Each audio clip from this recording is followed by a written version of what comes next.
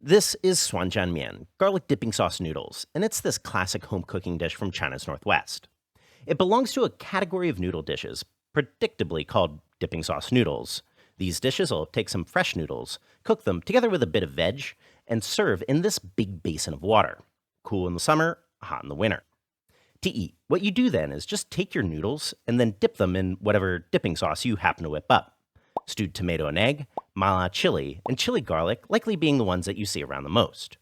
And of those, the chili garlic one is our personal favorite of the three, so that's what we'll be showing you how to make today.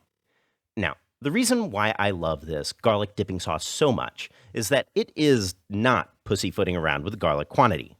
This is one head's worth of garlic, or about 60 grams worth, slightly smashed to remove the peels. Now, there's a couple different routes that we can go here. You could just mince this all up, but I don't feel like finely mincing a whole head, and probably neither do you. So instead, we'll break out the mortar. Add in a half teaspoon of salt to help get things going, and just give that a rough pound for about a minute or so. But again, feel free to just break this down however you want. Garlic press, food processor, just don't take things too pasty or else the dip can get a little pungent. Next, to that, we'll toss in a half teaspoon of five-spice powder, together with 2 tablespoons of chili powder. But before charging forward, do know that the type of chili powder that you opt for will end up making a bit of a difference.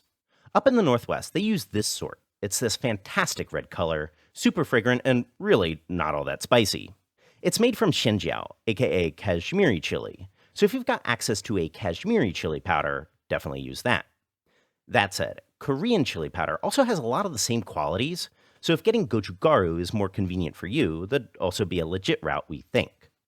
Also, if you didn't happen to pound the garlic like we did before, definitely do remember to add in that half teaspoon of salt at this point, and then this bowl is ready for some oil. So, to a wok or pot or whatever, over a medium flame, toss in a half cup of oil together with a quarter of an onion thinly sliced and an inch of smashed ginger. Fry that until the onion's starting to get good and golden, about 10 minutes. Then shut off the heat and remove those aromatics.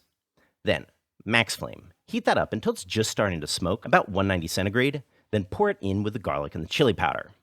Give that an ever so quick stir, then cover with a plate and let that steep. About 10 minutes later now, open things up and mix in a tablespoon and a half of soy sauce, another tablespoon and a half of dark Chinese vinegar, a quarter teaspoon sugar, an eighth teaspoon MSG, and 3 tablespoons of water. Mix well and set that aside. Now, for the noodles, the type of noodles that we'll be making today are called mianpian, or noodle sheets, and they really couldn't be more straightforward. No special equipment, no special complications. To make them, toss 400 grams of AP flour to a bowl together with a teaspoon of salt. Then drizzle in 184 grams of cool water bit by bit, mixing it into the flour with a chopstick.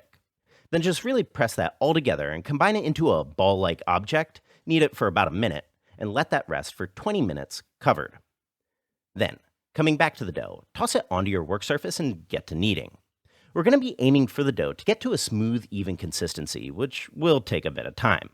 It'll need something like 10 to 15 minutes of kneading, so if you're not feeling up for the workout, feel free to use a stand mixer at speed 3 for 10 minutes instead. Either way, you should be looking at something much like this in the end, so cover and let that rest for another 20 to 30 minutes. After that time, take out the dough and split it into 4 even pieces. This is just for easier handling. You could also do this all in one go if you happen to own one of those awesome rolling pins that the northern grandmas use. Either way, to roll this out even, first get it into a vaguely rectangular-ish object, and thoroughly dust the surface with flour. Then wrap the dough around your rolling pin, and to thin it out, continuously rock the dough with the pin together across your work surface. Doing this motion, instead of just rolling things out directly, helps keep things nice and even, and also helps geometrically, working in a smaller home kitchen. In the end, you should be looking at something that's quite thin, about 1 millimeter thick. Now, 2 ways to cut this. First, to cut these into those mianpian noodle sheets, our personal preference for the dish, wrap your thin sheet around your rolling pin, slice it across the top with a knife, then chop those into about 3 centimeter wide sheets. That said, if you did want something a bit more noodly, you could also just roll out your thin sheet and cut into longer noodles in the other direction. Either way, totally up to you. Just remember to thoroughly dust your noodles with flour as you work, and then these are ready to boil. So, big pot of boiling water. Toss in your noodles and let that boil for about a minute. Then, once they're almost done, also toss in a bit of leafy greens. We're using Chinese celery today, which is a classic for the dish, but totally use what's local and seasonal. Then, once your noodles are finished and floating, transfer them over to a bowl of water. Again, hot in the winter, cool in the summer.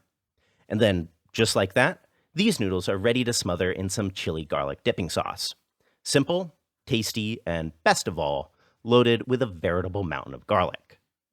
So you may ask, why dipping instead of mixing? Well, in our opinion, for this kind of like smoother, thicker, and chewier noodles, mixing sometimes the sauce does not adhere that well. But for dipping, then every single piece and every single bite will just have this perfect coating of sauce. So right, check out the recipe in the description box. A big thank you for everyone that's supporting us on Patreon, and of course, subscribe for more Chinese cooking videos.